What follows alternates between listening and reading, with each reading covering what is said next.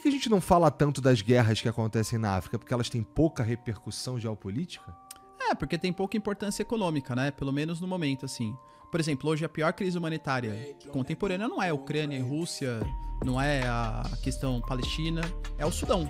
O Sudão hoje é um país que passa por uma guerra civil. O Sudão, ele tinha um ditador chamado de Omar al-Bashir, que inclusive foi condenado pela Corte de Haia por crimes de guerra, crimes contra a humanidade. Ele atacou tanto os cristãos ali do sul do Sudão, atacou também uma região de Darfur, fez, assim, graves atentados contra os direitos humanos. E ele foi deposto em 2019. Em 2019, então, a gente teve a deposição pelas tropas do exército, e aí começou uma coalizão civil-militar. O general que comandava era um cara chamado General Al-Burhan, que ele falou, durante 2 anos, de 2019 até 2021, eu vou ficar como poder político, uma ditadura militar mesmo, mas você vai ficar como os civis vão ficar como um conselheiro do governo. De 2021 até 2023, vai inverter a ordem, ou seja, os militares vão ser conselheiros e o governo vai ficar na mão dos civis, e aí depois a gente entra numa democracia. Óbvio, né? Os militares ficaram 2 anos até 2021. Quando foi ter a transição pro governo civil, tá meio perigoso o Sudão, hein? Porque existem movimentos jihadistas, porque as tropas do Omar al-Bashir podem voltar, e aí eles deram um alto golpe e continuaram no poder. Só que existem outras forças no Sudão, porque existem os grupos militares e os grupos paramilitares. E esses grupos paramilitares, eles eram aliados, inclusive, do exército do Sudão. E aí tem o Hadan Dagalo, que é um líder desses grupos paramilitares, falou, pô, legal, então beleza, agora as tropas do exército sudanês estão no governo e eu ajudei vocês a tomarem o poder. Tá, beleza, qual vai ser a minha importância agora no governo? E esses paramilitares, o Dagalo, ele percebeu que ele estava sendo meio que colocado de lado. Ele falou, opa, se o Al-Burhan, que é o exército oficial, tá me colocando de escanteio, vou querer tomar o poder no Sudão. Começa uma guerra civil no Sudão que se estabelece até hoje. A gente fala de quase 13 milhões de deslocados no Sudão. Até esse tema voltou um pouco à tona, porque esses líderes, eles sofreram sanções internacionais, porque supostamente o Al-Burhan, que é o general, o líder hoje do Sudão, ele teria feito uso de armas químicas contra a população sudanesa e contra as tropas paramilitares. Então, o Sudão tá em guerra civil, por exemplo. A gente teve um conflito que até pouco tempo atrás estava bem intenso, que é entre Ruanda e República Democrática do Congo também.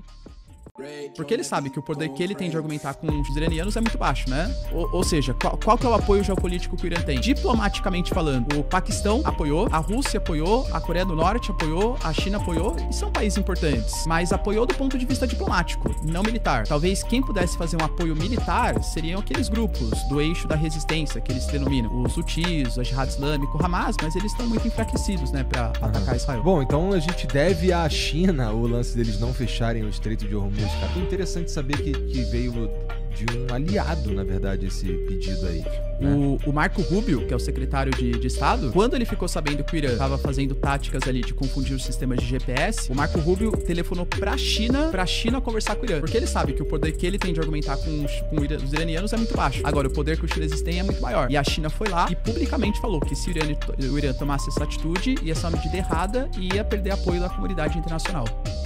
Então ia impactar mais a economia mundial e a economia chinesa do que a própria economia americana. Por esses países do G7, Estados Unidos, penso que não vai ter nenhum tipo de sanção. Mas há condenações, por exemplo, de Rússia e de China, que aliás também demonstrou uma certa fragilidade iraniana, porque o Irã, talvez ele contasse com um pouco mais de apoio da China e da Rússia, porque geopoliticamente são aliados dos iranianos. Só que, quando teve o ataque, qual foi a posição da China? Ô, Israel, você tá errado de fazer esse ataque preventivo porque feriu a Carta da ONU. Então a gente quer encontrar uma solução diplomática. A Rússia, a mesma coisa. Teve o ataque no final de semana, na segunda-feira, o chanceler iraniano tava na Rússia, discutindo com o Putin. E aí o Putin foi bem enfático. A gente apoia vocês, depende do pedido que vocês fizerem. Ou seja, a gente apoia diplomaticamente, mas não conte com o nosso apoio militar. Tanto que, por exemplo, uma das coisas que o parlamento iraniano colocou seria a possibilidade de fechar o Estreito de Hormuz, que é o estreito por onde passa 1/5, 1/4 do petróleo mundial, né? A China já se votou contra. O Irã apoia vocês. Mas se vocês fechar o Estreito de Hormuz, a China compra muito petróleo do Oriente Médio. Quase 50% vem do Oriente Médio. Então ia impactar mais a economia mundial e a economia chinesa do que a própria economia americana, que depende menos do Estreito de Hormuz. Então a China não apoiou os iranianos.